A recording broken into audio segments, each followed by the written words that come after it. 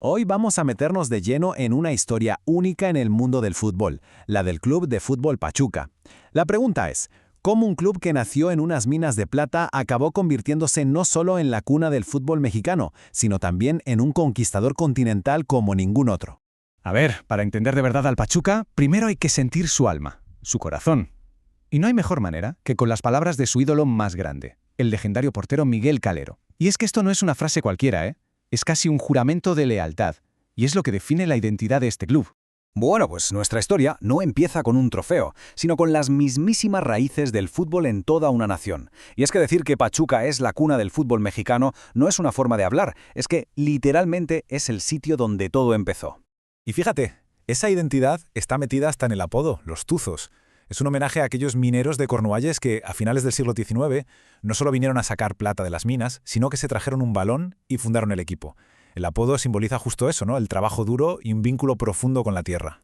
Así que, durante casi un siglo, la historia del Pachuca fue así, una de raíces muy profundas, sí, pero de éxitos más bien contados. A ver, fue miembro fundador de la Liga, ganó trofeos en la era amateur, pero se pasó décadas subiendo y bajando de división. Era un club que, bueno, se conocía más por su historia, por ser el primero, que por los trofeos que tenía en la vitrina. Pero claro, todo cambia. Y en los años 90 llegó una nueva visión que lo puso todo patas arriba. Fue el comienzo de un renacer que no solo iba a transformar al club, sino que iba a tener un impacto en todo el fútbol mexicano.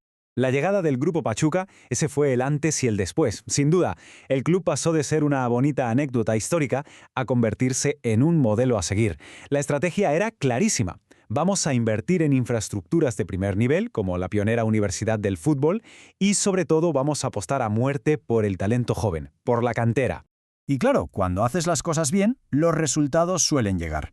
Esta nueva filosofía no tardó mucho en dar sus frutos, y pronto llegó un momento que anunció a todo el mundo que había un nuevo aspirante al título.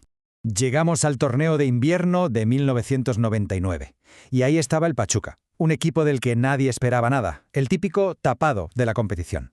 Dirigidos por Javier Aguirre, contra todo pronóstico, se plantaron en la gran final de la Liga. Y el momento clave llegó en esa final, nada menos que contra el todopoderoso Cruz Azul, y en su propio estadio. El partido se fue a la prórroga y se decidió con un agónico gol de oro del argentino Alejandro Glaria. Para quien no lo recuerde, era un gol que terminaba el partido en seco, pues ese gol le dio al Pachuca su primer título de liga profesional y fue el pistoletazo de salida de su era dorada. Pero ojo, que aquello fue solo el principio, porque lo que vino después, eso ya es otra historia.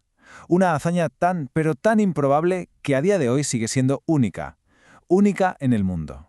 Nos vamos a 2006. El Pachuca entra en la prestigiosa Copa Sudamericana. ¿Pero cómo? Pues como un equipo invitado de otra confederación, de la CONCACAF. Nadie, pero nadie daba un duro por ellos. ¿Pero qué pasó? Pues que empezaron a eliminar a gigantes de Argentina, de Brasil, y de repente, ¡zas!, se plantaron en la gran final. Y es que el contexto de esta final es lo que la hace de película. Después de empatar en casa, el Pachuca tuvo que viajar a un estadio nacional de Santiago a reventar, completamente hostil. Y enfrente, un Colo-Colo que tenía futuras estrellas mundiales, como Alexis Sánchez y Arturo Vidal. Pues incluso así, contra todo y contra todos, remontaron para ganar 2-1. Una locura. Esta victoria es que hay que entender la dimensión de la gesta. El Pachuca se convirtió en el primer y hasta hoy el único club del mundo en ganar un torneo continental oficial fuera de su propia confederación. Es que es algo que no tiene precedentes. Y claro, aquello no fue flor de un día. Esa increíble victoria en Sudamérica fue la confirmación de que el Pachuca era una potencia, y ese estatus lo iban a dejar clarísimo con un dominio aplastante en su propia casa, en su región. Y vaya si lo dejaron claro. Es que han conquistado la Liga de Campeones de la CONCACAF 6 veces. Una auténtica barbaridad. Esto los convirtió, claro, en un habitual del Mundial de Clubes y básicamente en los reyes de su confederación. Entonces, ¿de qué hablamos cuando hablamos del legado del Pachuca? Pues una mezcla muy potente, una fusión entre este pasado de pionero y un presente que es una auténtica fábrica de talento. Es muy bonito, porque el club que fue la cuna, el origen del fútbol mexicano, con el tiempo evolucionó hasta ser la cantera más importante del país. Su modelo para formar jugadores es una referencia para todos. Y de esa cantera, claro, han salido jugadores que han triunfado en todo el mundo. El ejemplo más claro, quizá, sea Irving Chucky Lozano. Pero no es el único, ni mucho menos. También veteranos que han hecho un carrerón en Europa, como el centrocampista Héctor Herrera. Al final, por supuesto, un legado también se mide en trofeos. Y el Pachuca honra su historia de dos maneras. Por un lado, siendo la sede del Salón de la Fama del Fútbol, que está avalado por la FIFA, y por otro, pues siguiendo llenando su propia y brillante vitrina de títulos.